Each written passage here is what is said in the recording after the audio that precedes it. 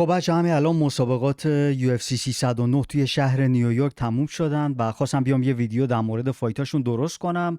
از فایت جون جونز و استیپ میوچیچ شروع میکنم میرم پایین.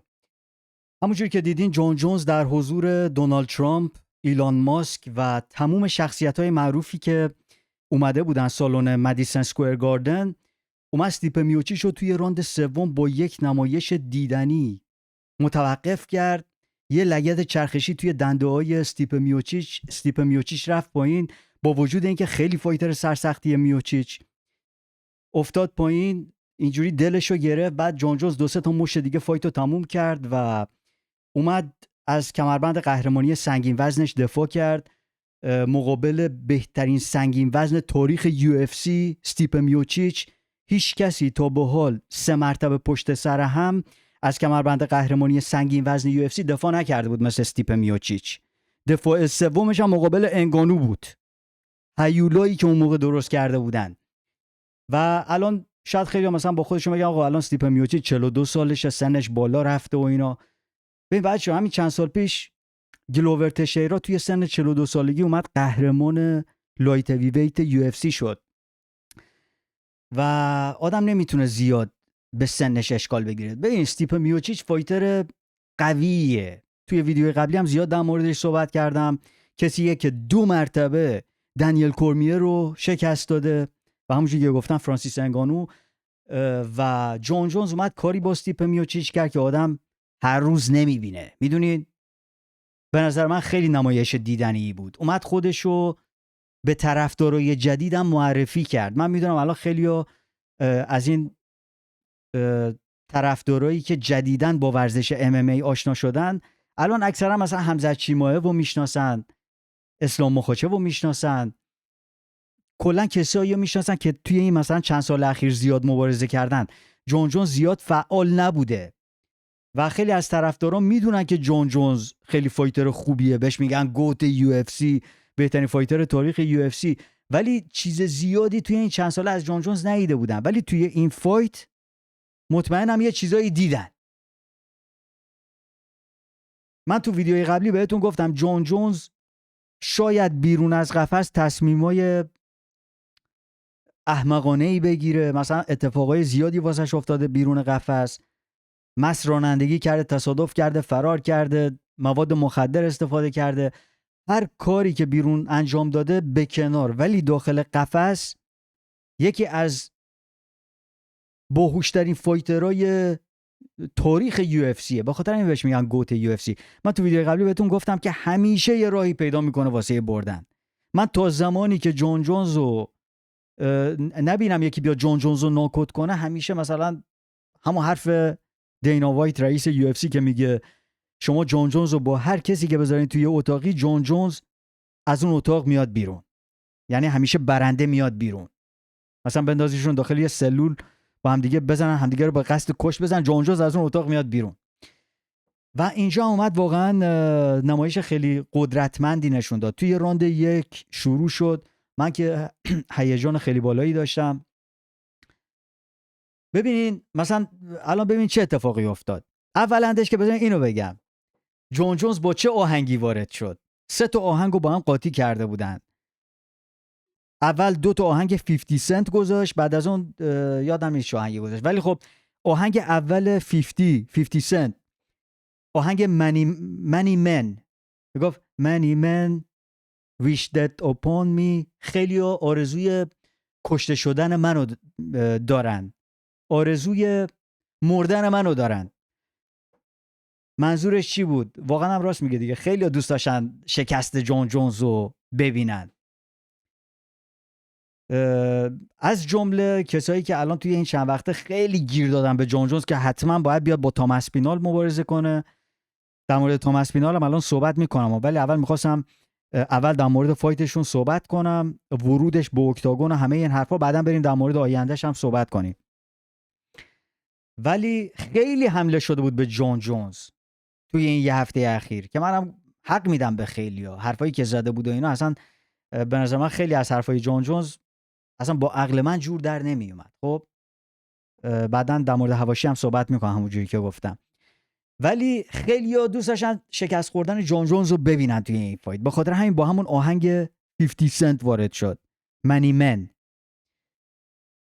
برین گوشش کن، حالا آهنگ شاید جالبی باشه، ولی خب به هر حال اون حرفایی که 50 سنت توی اون آهنگ میزنه باحاله، یعنی به ورود جان جونز میخورد. اومد وارد رینگ شد. وقتی که معرفیشون میکردن، بروس بافر من فکر میکنم فقط واسه یکی این حرفو میزنه و اونم جان جونزه. یعنی اول میاد داد میزنه، نمیدونم جان جونز از کدوم جیم میاد بیرون، کجا مبارزه کرده، کجا اهل کجاست و این حرفا، رکوردشو میگه وقتی که داره معرفیش میکنه. و بعد مثلا میگه the reigning defending UFC heavyweight champion of the world جان جونز، اینجوری میگه. ولی یا حالا هر کسی، هر قهرمان دیگه‌ای که اونجا داره مبارزه میکنه اینجوری میاد میگه. ولی وقتی همه این حرفا رو میزنه، فقط واسه جان جونزه که میاد این حرفو میزنه که میگه the one the only جان بونز جونز. متوجه چی میگم؟ the one the only هم بعد از همه اون حرفا میاد میگه. فقط واسه جان جونز این حرفو میزنه، چون که جان جونز واقعا اینجوری که حالا اینا میگفتم، من تو ویدیو قبلی گفتم الان نزدیک 17 سال قهرمانه. مثل که الان اینجوری که میگفتن، اگر درست شنیده باشم، میگفتن 16 سال پیش بود که اومد کلا توی UFC شروع کرد، ولی همون اوایلش که دیگه اومد قهرمان شد، حداقل شاید 15 سال کمربند قهرمانی دستشه. و این از این آقا. بزن حالا برم وارد فایت بشم. فقط اینو میخواستم بگم که چیزی که واسه من جالب بود اون آهنگ 50 سنت بود. بعدش هم بروس بافر، اون کسی که میاد همه رو معرفی میکنه توی UFC، اون اناونسر UFC، خیلی قشنگ اومد معرفیش کرد. فایت شروع شد. ببینین چقدر قشنگ جان جونز قبل از اینکه استیپ میوچیچ رو خاک کنه، که خیلی قشنگم زیرگیری کرد، خاکش کرد و این، الان براتون میگم چه جوری. قبل از اینکه استیپ میوچیچ رو بندازه، یه بک تریپ بود، یعنی جوری زیرگیری کشتیگیری اینا نبود، ولی قشنگ برنامه ریزی جان جونز که میگم خیلی باهوشه. اینو میخوام بهتون بگم. با 2 تا لگد چپ فوق العاده محکم توی دل استیپ میوچیچ شروع کرد. 2 تا فرانت کیک محکم با پنجه های پاش قشنگ صاف توی دل میوچیچ. اصلا مشخص بود که میوچیچ لگد دوم اذیت شد. 2 تا لگد، 2 تا فرانت کیک خیلی محکم.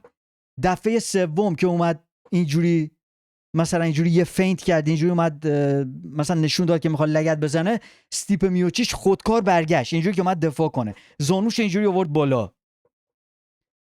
یه لحظه اینجوری برگشت، زانوش آورد بالا، سری جان جونز پای چپش رو گذاشت پشت استیپ میوچیچ، انداختش اینجوری با اون پاشم پا راست قشنگ زد پشت پا استیپ میوچیچ، یعنی یه بک تریپ خیلی قشنگ، اینجوری انداختش زمین. آقا افتاد روش. جان جونز هم که از وحشتناکترین گراوند اند پاوندا رو داره. جان جونز این خوبیش اینه که همه چیزو قشنگ با هم قاطی میکنه. قدرت نوکوت نداره، ولی خب نزدیک بود باز تو راند سوم با مشت هم نزدیک بود، یعنی استیپ میوچیچ رو گیج کرد. ولی منظورم اینه که لگدی که میزنه، بعد پشتش یه مشت میاد، بعد مثلا پشتش یه زیرگیری میکنه، بعد همه چیزو قشنگ با هم قاطی میکنه. از این فایترایی نیست که مثلا کامبینیشن های 3-4 مشتی اینجوری مثلا مثل ایلیا توپوریا مثلا بوکس خیلی خوبی داشته باشه، نه، یه مشت میزنه، بعد یه جب میزنه، بعد یه اوورهند رایت، بعد یه لگد پشتش میاد، بعد یه لگد چرخشی میزنه. همه اینا رو، همه تکنیکا رو خیلی قشنگ با هم قاطی میکنه. اینه که جان جونز رو میسازه. به هر حال برگردم به راند 1. استیپ میوچیچ رو انداخت پایین، از بالا گراوند اند پاوند محکم با آرنجای وحشتناک. اینو همینجا بگم چون که تو ویدیو قبلی گفته بودم که تنها شکست جان جونز به خاطر اون تکنیک آرنج 12 to 6 elbow ببخشید، آرنجی که از 12 به 6 میاد پایین، مثل این حرکت، به خاطر این تکنیک دیسکوالیفایش کرده بودم و تنها شکستش از اون فایت میاد. و گفته بودم که این تکنیک رو الان آزاد کردم، ولی الان خیلی از بچه‌ها میگن آقا نامردیه، چون که جون جونز داره برمیگرده دستکشا رو عوض کردن، برگشتن دستکشای قدیمی که حالا جون جونز انگشت بزنه و اون اورنج هم آوردن، در حالی که بذار من اینو بگم این اورنج رو قبلا آوردن، یعنی چند ماه پیش اصلا اعلام شد که الان این اجازه هست استفادهش کنید. البته خب فکر کنم یه چند ایونتی هست، چند تا از این رویدادهای UFC برگزار شدن با اون اورنج، به خاطر جون جونز نبود که الان این کار الان انجام دادن واسه این فایت. و یه چیز دیگه، اون داستان دستکشا من تو ویدیو قبلی هم گفتم که خیلی مشکوکه، اگر مثلا فقط توی این ایونت این دستکشا رو استفاده کنن بعد از این بگن نه دوباره برمیگردیم دستکشای قبلی. ولی رئیس UFC آقای دینا وایت توی پرس کنفرانس همین چند روز پیش اومد گفت که آقا دستکشای قدیمی دیگه رفت کنار، از این به بعد دستکشای جدید، چون که خیلی‌ها توشون راحت نیستن. ولی خب من یه آماری دیدم که اصلا کلا تعداد نوکوتا و اینا رفته پایین و حالا بعضی هم اینجوری میگن چون که حالا UFC میبینه تعداد نوکوتا و این چیزا رفته پایین دوباره برگشتن اون دستکشای قدیمی. به هر حال از این بگذریم، گفتم اورنج گراوند اند پاند تو راند یک یاد اون چیزا افتادم، گفتم همینجا بگم. بعد از اون آقا راند یک تموم شد و بدون شک راند یک مال جون جونز بود. درسته که خیلی اورنج زد از بالا و اینا ولی موفق نشد مثلا سر و صورت استیپر رو کامل وا کنه، مثلا ابروهاشو پاره کنه یا چیز دیگه، فقط زیر چشش اینجا پاره شد و استیپ هم آسیب خیلی زیادی ندید. راند دو میشه گفت اتفاق خیلی خیلی زیادی نیافتاد. استیپ میوچیچ گهگداری یه یورشی می آورد سمت جون جونز، یه بلیتز میکرد اینجوری هجوم می آورد بهش سرعتی، یه چند تا کامبینیشن می اومد اینا، جون جونز همش فرار میکرد، چند تا مش زد به جون جونز اینا ولی هیچ جا جون جونز رو من ندیدم تو درد سر بندازه. جون جونز هم همونجوری ادامه میداد و تا جایی که به خاطر دارم نه زیرگیری انجام داد نه چیزی، فقط با همون لگداش ادامه میداد. لگدای جون جونز وحشتناکه، خیلی هم قشنگ پا عوض میکنه، یعنی یه لحظه ساوت پا چپگارد یا دوباره میشه ارتودکس، همینجوری عوض میکنه لامصب. این چیزاش خیلی خوبه، لگدای وحشتناکی میزنه. به هر حال راند دو هم من یه جورایی میدادم جون جونز، راند 3 دیگه یواش یواش اینجوری چجوری میگن، گفتم فکر کنم اول ویدیو گفتم من خونسا کرد چیزا استیپ میوچیچو، ولی یواش یواش خوردش کرد استیپ میوچیچو دیگه. راند 3 سرعتش هم خیلی بیشتر بالاتر از استیپ میوچیچ بود.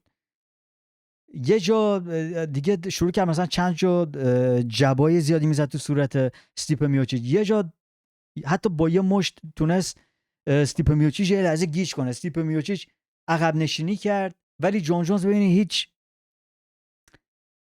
چی میگن هیچ عجله‌ای نداره، یواش یواش کاراشو انجام میده با برنامه و یه گیم پلن درست و حسابی و هیچ دیگه. تو همون لحظه پایان فایت یه لگد چرخشی دیگه استیپ میوچیچ یکم یواش یواش اذیت شده بود، پرید آقا یه لگد چرخشی محکم بوم خوابون تو دنده های استیپ میوچیچ و همونجوری هم که بهتون گفتم کل فایت زیاد بادی شاتای زیادی زده بود به استیپه اصلا دلش اصلا دیگه نفسش واقعا یواش یواش داشت بند می اومد دیگه.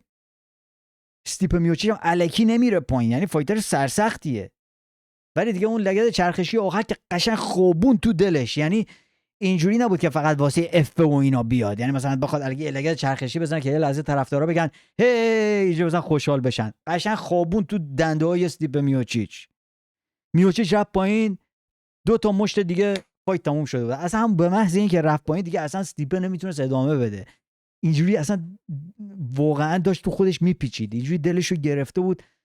داورم دید هرب دین چند جا ازش یه مقدار شاکی شدم چون که تو راند 1 حتی راند 2 همیشه ببین اون داستان انگشتای جون جونز عادتشه آقا که میخواد اینجوری رنج و اینجوری حساب کنه فایترها رو، فاصله رو بسنجه، همیشه از دستش استفاده میکنه، انگشتاش همیشه اینجوری درازن. طبق قانون جدید آقا تو اگر میخوای اینجوری چیز کنی فاصله رو حفظ کنی میگن آقا با مشت بسته فاصله رو چیز کن، اینجوری بسنج اگر میخوای، اینجوری دست تو صورت حریفت نباشه.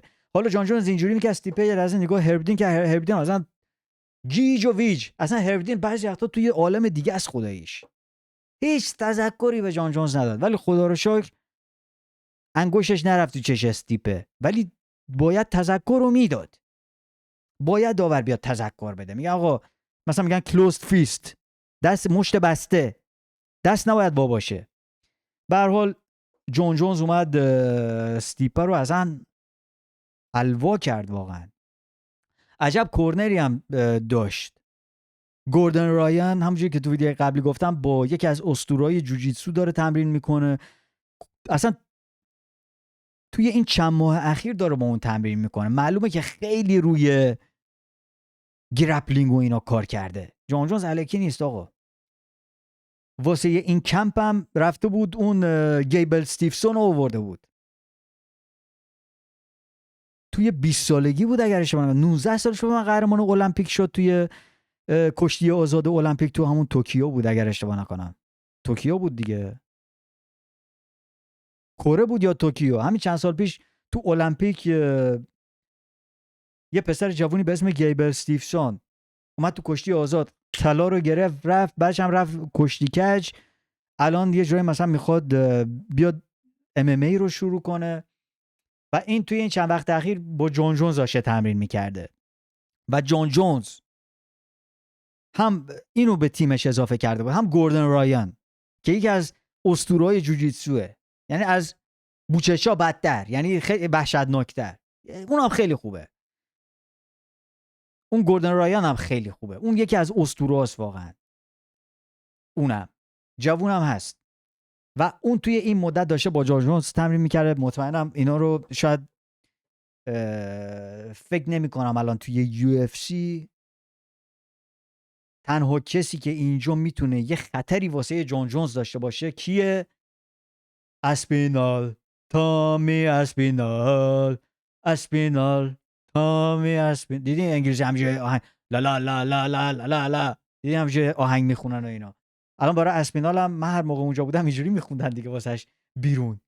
انگلیسی اصلا عاشق اینه، دو تا آبجو میخورن، مس میکنن، عربده کشی و اینا، بعد برای همه آهنگ درست میکنن.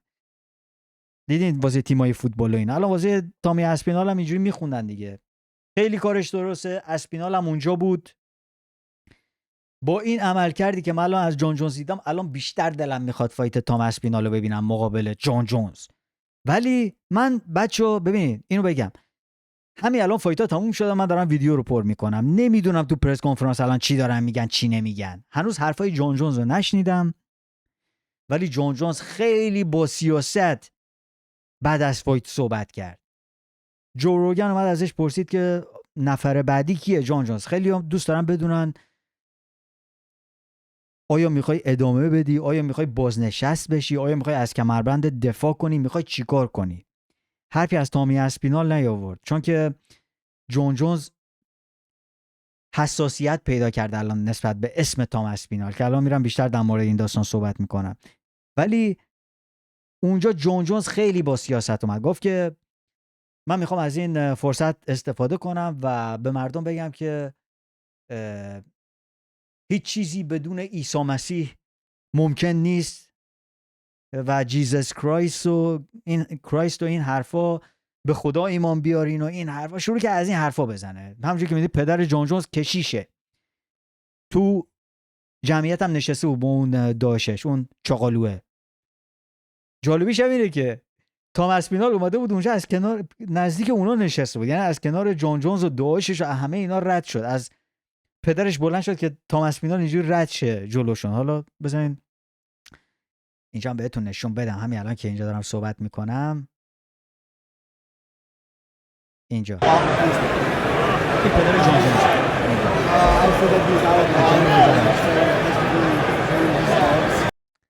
به هر حال برگردیم به صحبتمون. خیلی اومد با سیاست جواب جو روگن رو داد و گفت که حالا ببینم چی میشه، امکان داره اون چیزی رو به شما بدیم که همه دوست دارن. الان همه چی رو دوست دارن؟ همه دوست دارن جان جونز رو ببینن مقابل تام اسپینال. ولی نیومد اسم تام اسپینال رو بیاره، اومد گفت که یه صحبتایی شده با UFC پشت صحنه، یه صحبتایی داشتیم، احتمالاً اون چیزی رو که شما میخواین میایم بهتون میدیم و اون چیزی که الان همه میخوان تام اسپیناله. بذار من اینو اینجا دوباره الان بگم. تام اسپینال در حال حاضر قهرمان موقت UFC. بذارین عکسش هم بیارم. ببین بچه‌ها، تام اسپینال قشنگ 1 سال پیش اگر درست یادتون باشه، خب تو ویدیو قبلی یه مقدار توضیح دادم، جان جونز و استیپ میوچیچ قرار بود 1 سال پیش همین جایی که الان امشب مبارزه کردن توی سالن مدیسن اسکوئر گاردن، اون موقع قرار بود مبارزه کنن. ولی جان جونز شونش آسیب دید، از اون فایت کناره گیری کرد، بعد فایتشون عقب افتاد. ولی همون 1 سال پیش هم واسه همون شب وقتی که فایت جان جونز و استیپ میوچیچ کنسل شد، UFC اومد یه فایت جدیدی و جایگزین فایت میوچیچ و جان جونز کرد. و اون چه فایتی بود؟ فایت تام اسپینال بود و سرگئی پاولویچ. و گفت که آقا هر کی بیاد اون فایتو ببره قهرمان موقت میشه. و اونجا تام اسپینال اومد توی راند 1. اون شب هم اگر اشتباه نکنم اون شب هم حتی دونالد ترامپ اونجا بود. دونالد ترامپ دمش گرم، همه یه چیزا میاد، آدم بالیه. اون شب اومد سرگئی پاولویچ رو شکست و قهرمان موقت شد. الان 1 ساله که قهرمان موقته.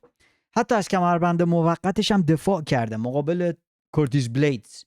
ولی طبق قانونی که نوشته نشده، ولی اینجوری همیشه اینجوری باید باشه.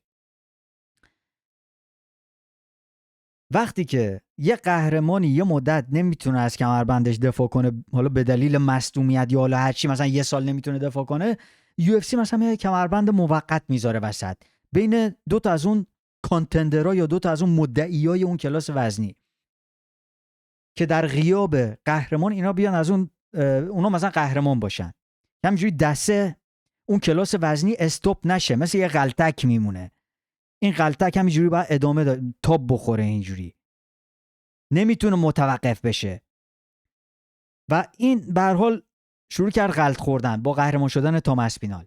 ولی وقتی که قهرمان میتونه برگرده، اون موقع است که قهرمان باید بیاد اولین دفاعشو مقابل اون قهرمان موقت انجام بده، که فقط یک قهرمان وجود داشته باشه. نمیتونیم بگیم آقا یه قهرمان موقت داریم اینور یه قهرمان اصلی داریم، دیگه اون موقع میشه بوکس، 1000 تا کمربند الکی همینجوری همه جا هست. به خاطر همینه که ما همه عاشق UFC ام. آقا ما می‌خوایم همیشه بهترینا رو با بهترینا ببینیم. ولی خب مشکل این وسط اینجوری شد که جان جونز و میوچیچ میخواستن با هم دیگه مبارزه کنن. اینم من متوجهم، ببینید اینو تا حدودی متوجه هستم. ببینید جان جونز و میوچیچ 2 تا از اون فایترهای قدیمی UFC هستند. UFC همونجوری که تو ویدیو قبلی بهتون گفتم واسه این فایت برنامه داشت که مثلا بیان بگن گوت سنگین وزن، یعنی بهترین فایتر تاریخ سنگین وزن که استیپ میوچیچه، مقابل گوت نیمه سنگین وزن که جان جونزه تو دسته لایت هیوی ویت که الان اومده بالا. میخواستن این فایت بزرگ رو برگزار کنن، نمیتونستن یکی دیگر رو بیارن. این از قبل برنامه ریزی شده بود. ولی توی این مدتی که حالا این داستانا داشت اجرا میشد، این تام اسپینال هم آقا اونم متوجهم. تام اسپینال مثلا میگفت آقا واسه من فرقی نمیکنه، آقا منم الان کانتندر شماره که من استیپ میوچیچ 4 سال مبارزه نکرده، اون کیه؟ باید بیاد مقابل من دفاع کنه. اینم متوجهم. ولی تا رسیدیم به این هفته. حالا جان جونز این حرفایی که توی این هفته زد کارو خیلی واسش سخت‌تر کرد، چون که من حرفایی زد که اصلا با عقل جور در نمیومد.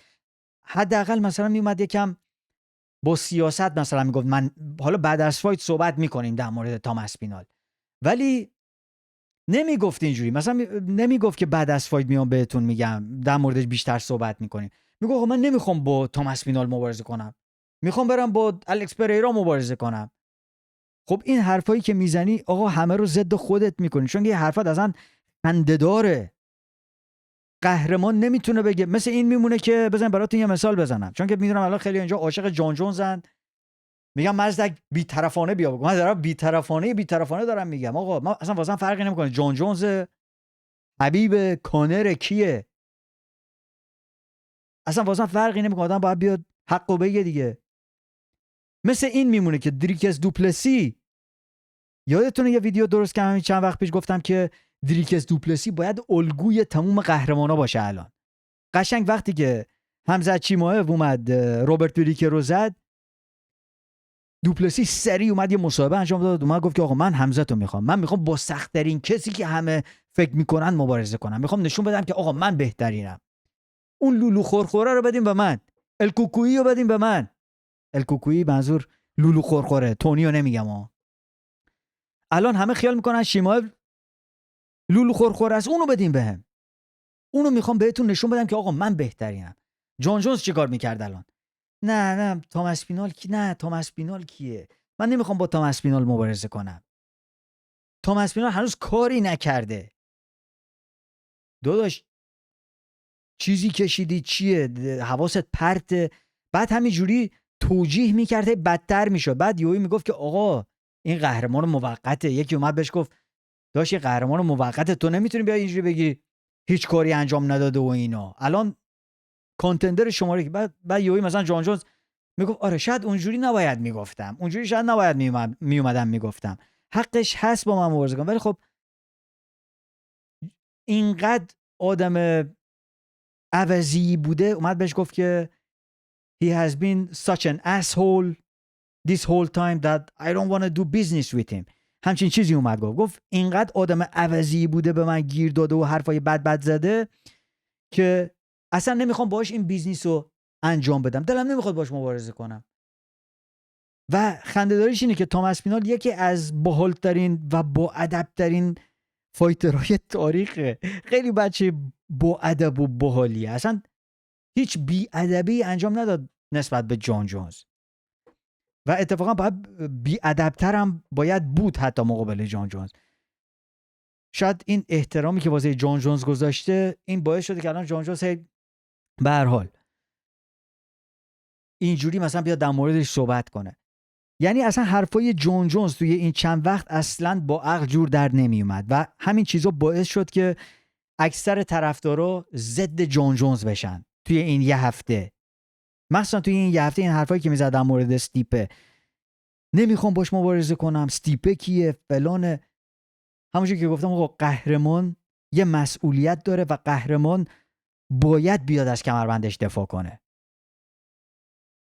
و اینجوری که ما میدیدیم تو همین یه هفته اخیر، جان جونز میگه آقا من نمیخوام با استیپ مبارزه کنم، یهویی مثلا میومد میگفت من میخوام با دریک لوئیس و جمال هیل مبارزه کنم. بابا دریک لوئیس، بابا بیخیال. دریک لوئیس کیه بابا؟ دریک لوئیس چی داره؟ تو مثلا چی رو داری واسه ثابت کردن بری؟ ببین تو نمیتونی کمربند قهرمانی دستت باشه بعد مثلا بری با هر کسی که عشقت کشید مبارزه کنی. این چی بابا؟ شهر هرت که نیست، الکی هم دیگه نیست. حتی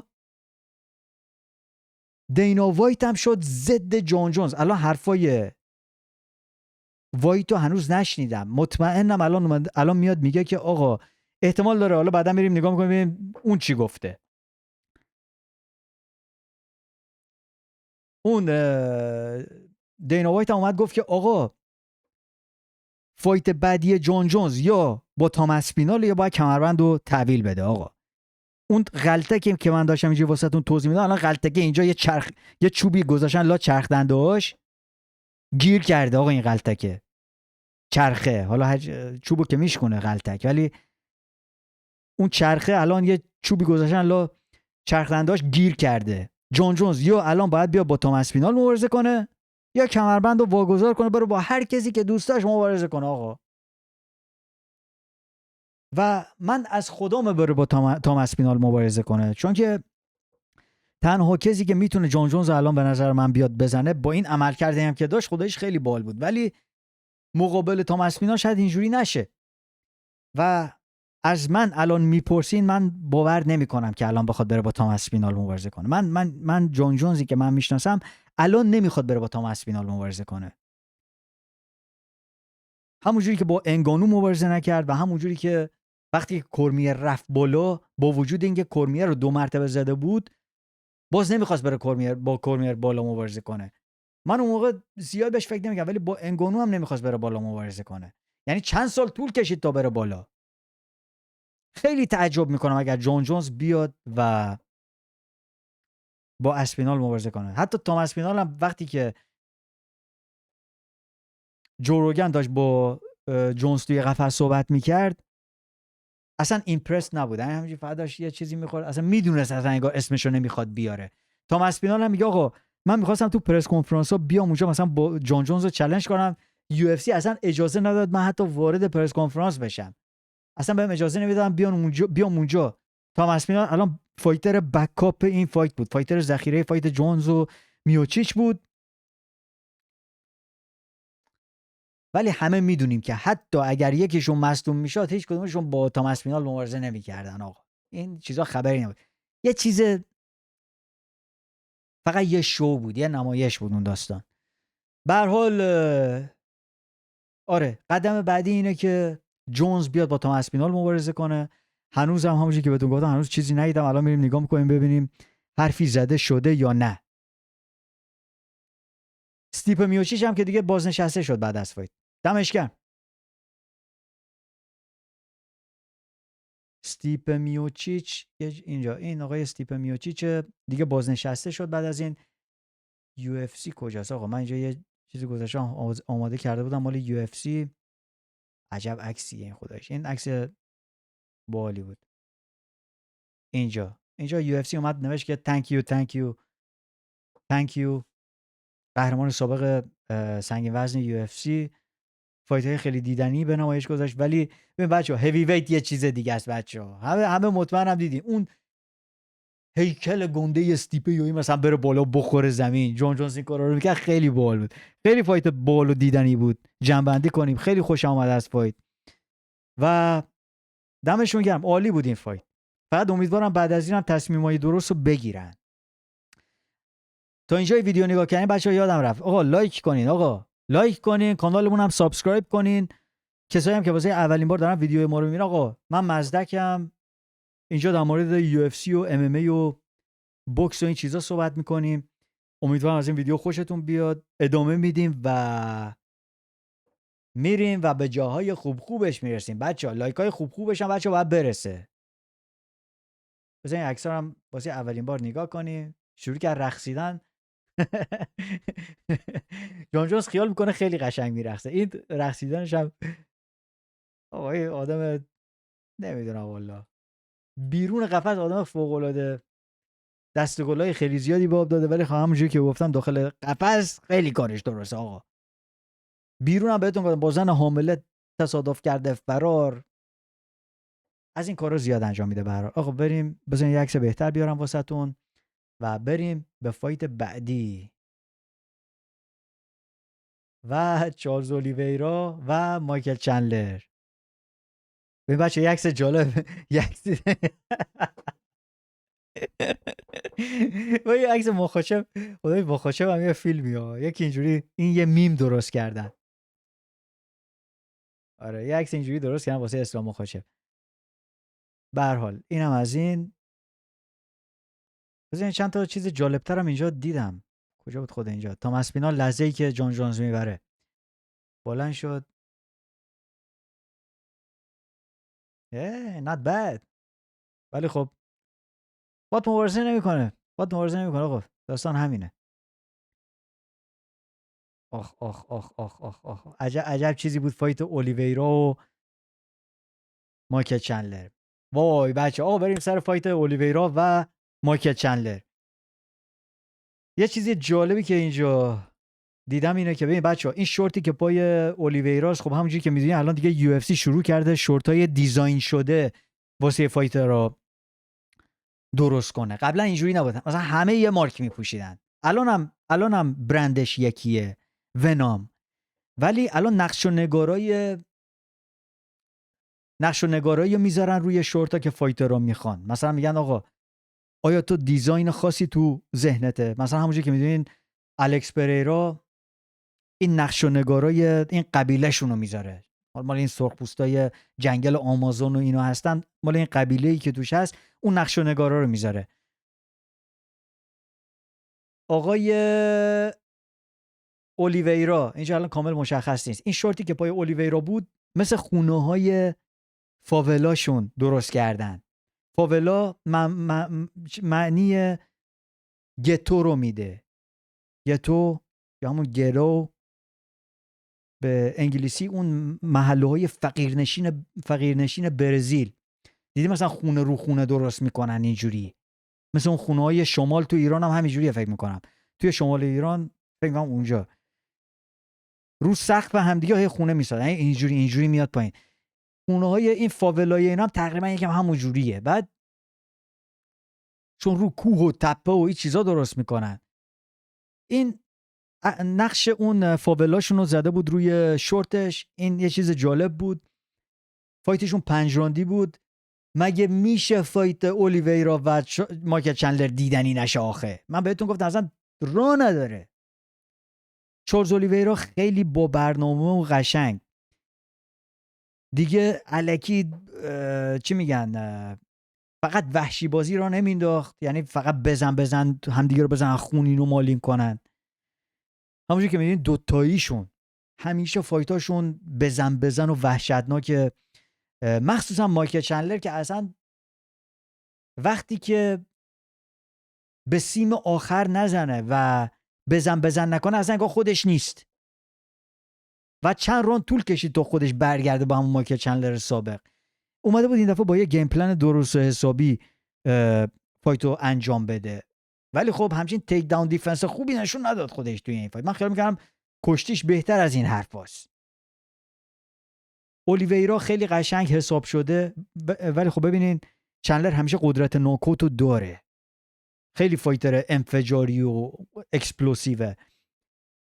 اولیویرا خیلی قشنگ فشار می آورد به چندلر، پرسش میکرد تا پشت مایکل چندلر به قفس میرسید. اونجا خب یکم باش وارد زد و خورد میشد، ولی میرفت واسه سینگل لگ پاشو میگره، بلندش میکرد، میزدش زمین. راند یکو که قشنگ همونجوری زیرگیری رو کرد، یه لحظه رفت واسه ساب میشن،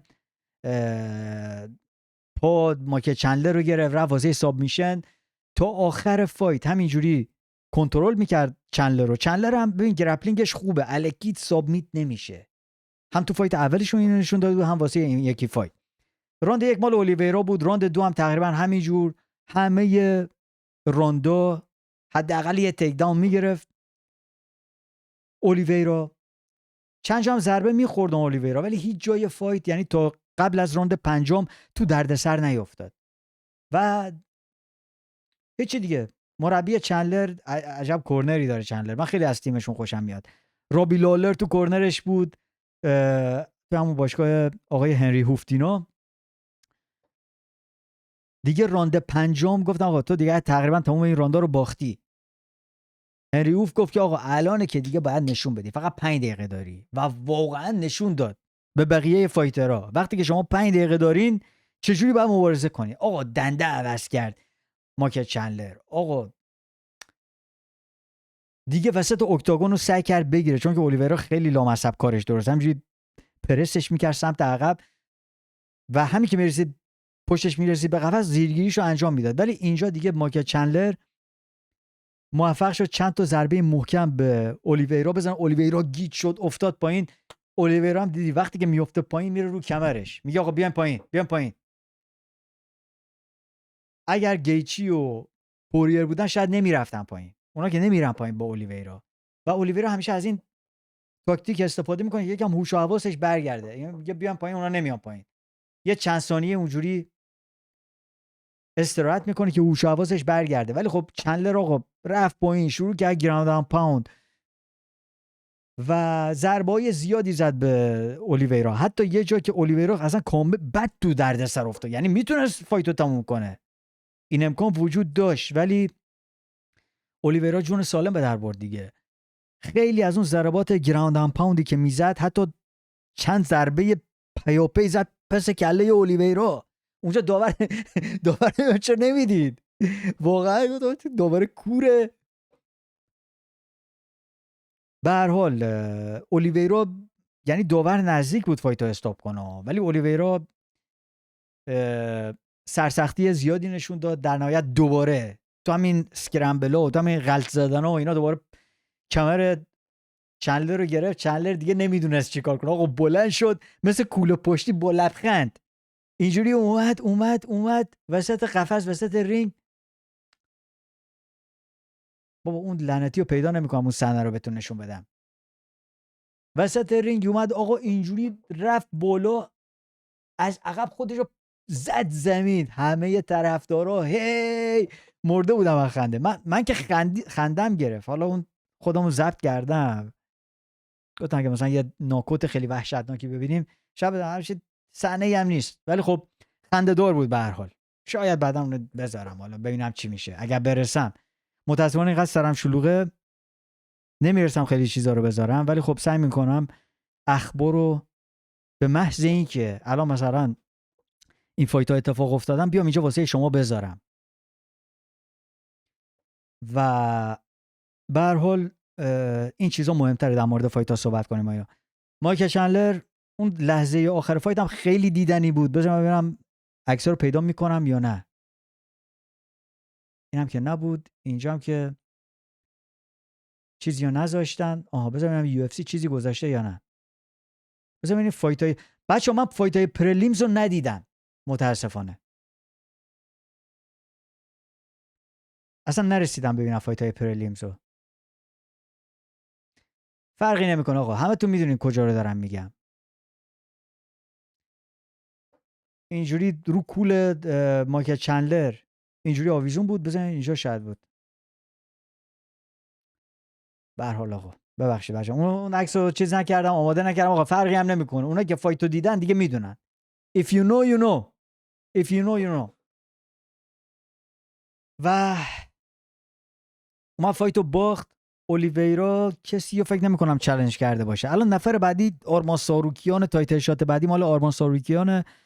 ولی اگر هر اتفاقی بیفته واسه ساروکیان، شانس میره واسه اولیویرا. نفر بعدی واسه مبارزه با اسلام مخاچف.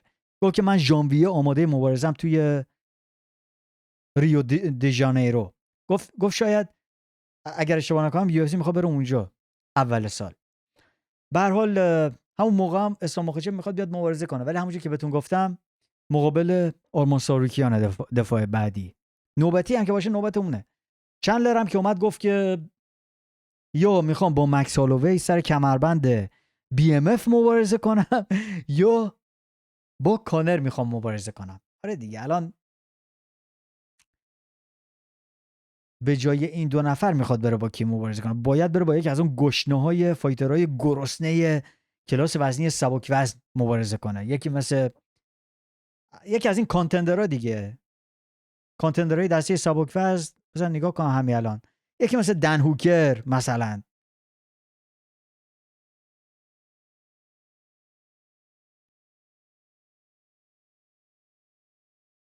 بنیل لاریوش بد نیست خودش بره باش مبارزه کنه. ولی بنیل لاریوش اصلا انگار دلش نمیخواد مبارزه کنه. بنیل لاریوش انگار خجالت میکشه مثلا بره با فایترهای معروف مبارزه کنه. وای یکم چالنجشون کن بابا. نشسته خونه تا یکی از این پایینی‌ها از این فایترهای سخت رو بهش بدن. به هر حال به نظر من منظوری که اگر با مکس هالووی و کانر مبارزه نکنه مجبوره بره با یکی از این پایینی‌ها مبارزه کنه. یکی مثل فیزیف، یکی مثل مویکانو، که به نظر من این فایت‌ها اتفاق نمیافتن. چرا؟ یعنی فیزیف هم واقعا کاری نکرده. فیزیف الان نزدیک 3 سال نبودش. اول باید بره با یکی، نمیان یه فایتر تاپو بدن الان به فیزیف. باید بره با یکی مبارزه کنه که یکم شاید مثلا ریمچش با گمبروت خیلی بال بشه الان مثلا فیزیف. ولی منظوری که حالا کاری به اونا ندارم. مایکل چندلر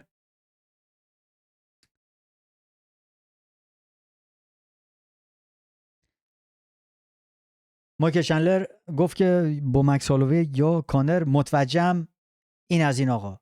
بریم سر فایت های بعدی. فایت خیلی باحالی بود. همونجوری که گفتم اگر اون راند آخر نبود یکم ناراحت می شدم، چون که انتظار بیشتری داشتم از فایت چندلر و اولیویرا. دوست داشتم این مقدار بزن تر ببینم که راند آخر دیدیم بالاخره. یعنی یکم دیر شروع شد ولی شروع شد. خدا رو شکر که 5 راندی بود و شد بهترین فایت شب. $50,000 اضافه به دوتاییشون دادن، نوش جونشون. خیلی باحال بود. اوه very performance of the night. I'm not surprised motherfuckers. یکم واضح پوش ندم اینجوری یا بیان یوتیوب گیر میده، مثلا میان ویدیو رو نگاه میکنن. این هوش مصنوعی یوتیوب مثلا یه جایی که فوش بده یا یه کاری کنه امکان داره بعضی وقتا یه چیزی آپلود میکنن مثلا گیر میدن. به هر حال من فایت پرلیمز رو ندیدم. این رامیز براهیماج فکر کنم اومد. این اسمش چی بود همون که میگفتم خوشم نمیاد؟ اسم پسره چی بود خدا؟ بذار برم نگاه کنم همینجا. گفتم همیشه دوست دارم کتک خوردنشو ببینم و ازش شکستش داد. دمش گرم. اصلا فکر نمیکردم بیاد ببره، چون که همیشه باخت. البته خب اون هرچی مالی نبود، ولی خب این براهیماج مثلا خیلی تابلوه. اومد میکی گل شکست داد. قربون دستت آقا، ثواب کردی. این فایت نمرده، اومد یه فایتی رو برد. یعنی اصلا خیلی فایتره، اصلا در سطح یو اف سی نیست. از این لشکر سیاهیان، لشکر سیاهی امشو کجایی، آرتیست میاد سر وقت تو خواهی نخواهی. این دوتاییشون این یکم بیشتر شکل، با وجود اینکه اصلا هم حقش نیست میکی گال، چون که یه دفعه اومده سی ام پانک رو زده، خیلی بچه پرروه،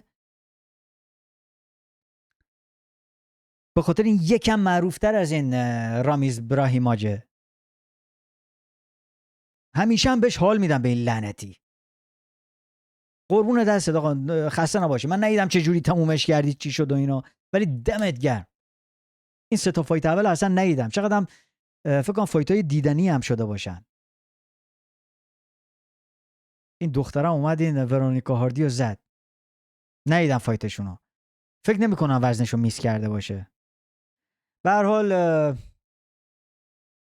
این فایتو ولی دیدم.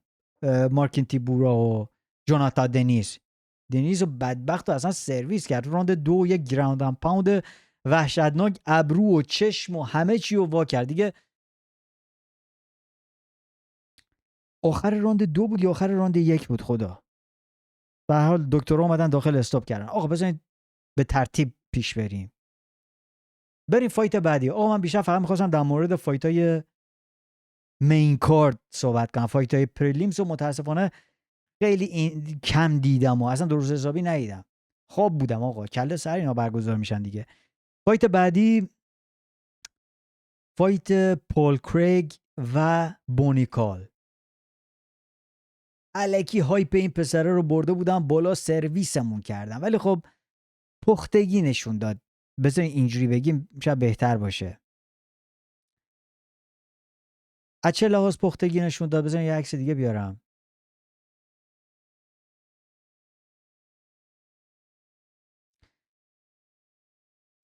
ببینید بچه، بونیکال یکی از این استعدادای بزرگ حال حاضر یو اف سی، آمریکاییه و هواشو دارن، یواش یواش دارن گندش میکنن. خب یکی از این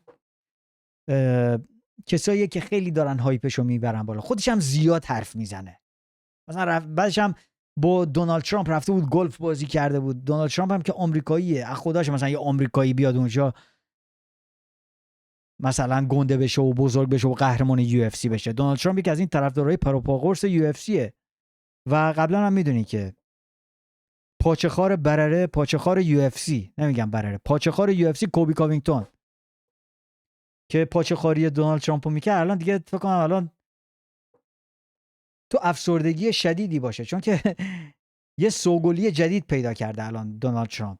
یکیشون همین بونیکال دیگه. نه یکی از این کشتیگیرای خوب و آمریکایی بود، الان رو آورده به ورزش MMA و اینا. ولی من فایت به فایت دارم میبینم این هایپش زیادیه. خب حرفای زیادی هم زده، مثلا من میام حمزه چیمایف رو میزنم، بعد گفته بود که من میام شارا ماگومدوف رو تو 90 ثانیه تموم میکنم. از این حرفا زیاد زده. البته اینم بگم ما styles make fights، یعنی بعضیو استایل بعضیو به بعضیو میخوره، استایل بعضیو به بعضیا نمیخوره. استایل بونیکال یه استایلیه که مثلا واسه یکی مثل شارا ماگومدوف خیلی بده. شارا ماگومدوف همچین تیک داون دیفنس خوبی نشون نداده، ببرش پایین امکانش هست بیاد مثلا شارا رو تموم کنه. حتی حمزت مثلا چی میگن، برنامه‌اش اینه که فایتر رو ببره پایین. و بونیکال هم یه کشتیگیر آمریکایی، من فکر نمی‌کنم به راحتی مثلا حمزت بتونه اینو بیاد ببره پایین. ولی این مچاپی که الان امروز گذاشته بودن جلوش پول کریگ، این خیلی خطرناکه. مثلا بیفته رو کمرش میتونه حریفاشو سابمیت کنه. خیلی ها رو اینجوری سابمیت کرده. یعنی اصلا آدم خیلی مراقب باید باشه وقتی که با این مبارزه میکنه. به خاطر همین این اصلا جرئت نمیکرد حتی یه زیرگیری هم کنه جلو این کاری که مقابل همه انجام میده. ولی این فایت سراندی بود، سر و پا همدیگر داشتن تقریبا از دور همینجوری، این یه ضربه میزد اون یه ضربه میزد و کل سراند بونیکال داشت اینو تعقیب میکرد تو قفس، اونم ضد حمله ای داشت مبارزه میکرد. نه این زیرگیری کرد نه اون زیرگیری، فقط سراند همینجوری داشتن میچرخیدن دیگه. سراند اومد برد سر مرزی، یعنی هیچ کار خاصی هم نکردن. فقط راند 3 یه مشت محکم زد تو چشم راست پول کریگ. اینجا اصلا چشش یکم آسیب دید، یعنی داشت چششو میگرفت و اینا. اتفاق خاص دیگه ای هم نیافتاد. بعد چقدر هم بد بود این آمریکایی‌ها تو خود آمریکا داشتن شعار میدادن ضد بونیکال، overrated یعنی الکی گندت کردن داشتن اینجوری شعار میدادن ضد بونیکال. خیلی خیلی بده. ببین آمریکایی‌ها اینشون خوشم میاد، واسهشون فرقی نمیکنه آمریکایی کجایی، آقا بدشون بیاد هو میکشن میگن. اصلا ایمپرس نشدم با این فایت. خیلی فایت آشغالی بود خداییش، بیشتر انتظار داشتم. اشتباهی رفتم یه چیز دیگر رو نگاه کردم. این یه فایتیه که جدیداً اعلام شده، کرون گریسی و برایس میچل. فایت خوبی میشه این یکی. حالا کار این نمیخواستم در مورد این صحبت کنم، یه فایتی که جدیداً اعلام کردن. به هر حال آقا بریم در مورد فایت‌های بعدی صحبت کنم. آقا برم توی UFC. اینم جایزه برد که گفتم ندیدم.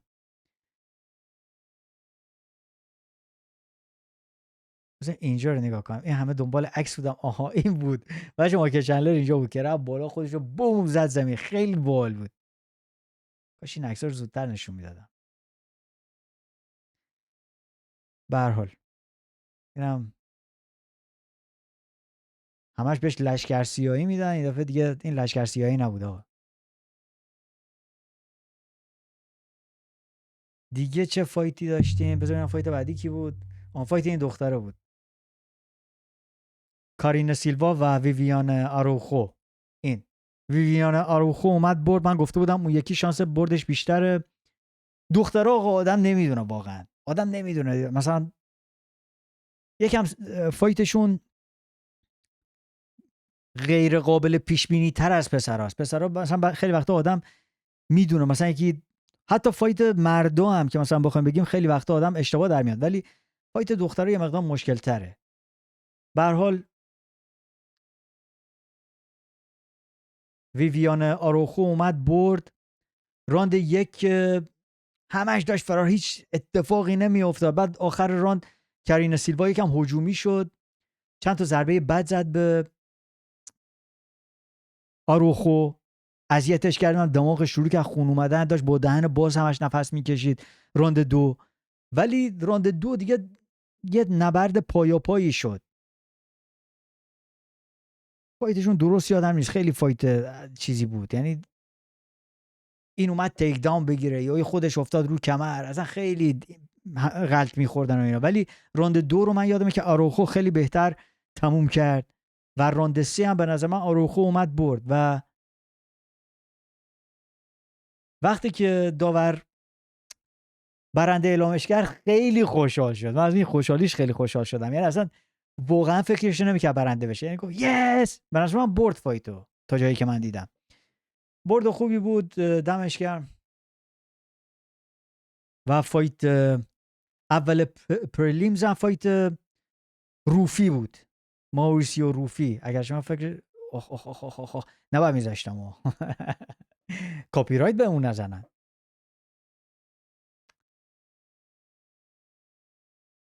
به هر حال بذار ببینم اسم اون چی بود.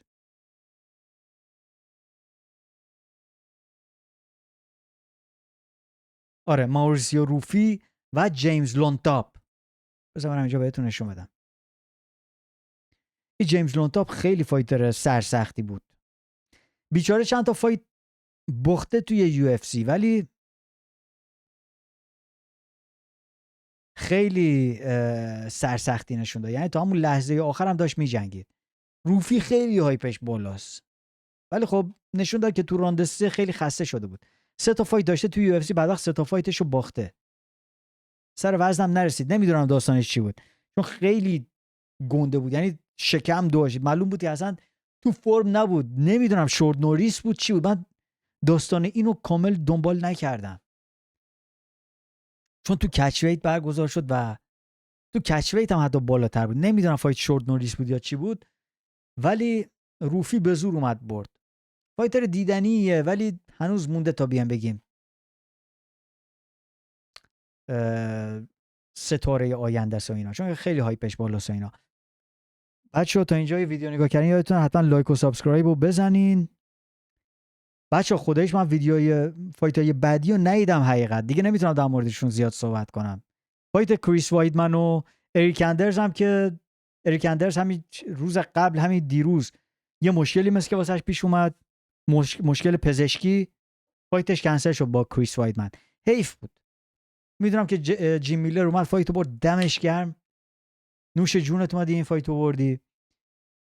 این فایت هم من راند 1 دیدم خیلی خوب بود، این روبرتو رومرو، ولی این داوید اوناما یواش یواش اومد فایتو تو دست گرفت. بقیه‌شو ندیدم بچه‌ها خودش. مرسی که تا اینجا ویدیو رو نگاه کردین. امیدوارم از این ویدیو خوشتون اومده باشه بچه‌ها. لایک و سابسکرایب فراموش نشه. دم همتون گرم، تا ویدیو بعدی میبینمتون. خدافظ.